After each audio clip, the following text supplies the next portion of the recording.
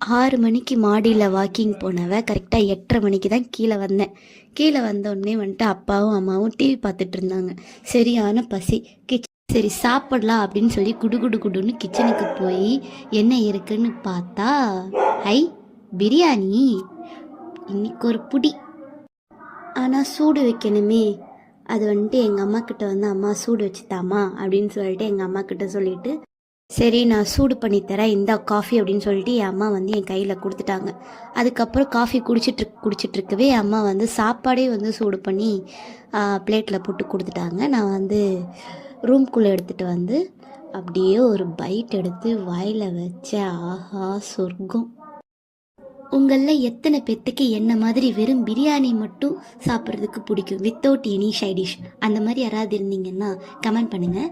So இந்த video வந்து அவ்வளோதான் காய்ஸ். இந்த வீடியோ பிடிச்சிருந்ததுன்னா லைக் பண்ணிவிட்டு போயிருங்க. பாய்.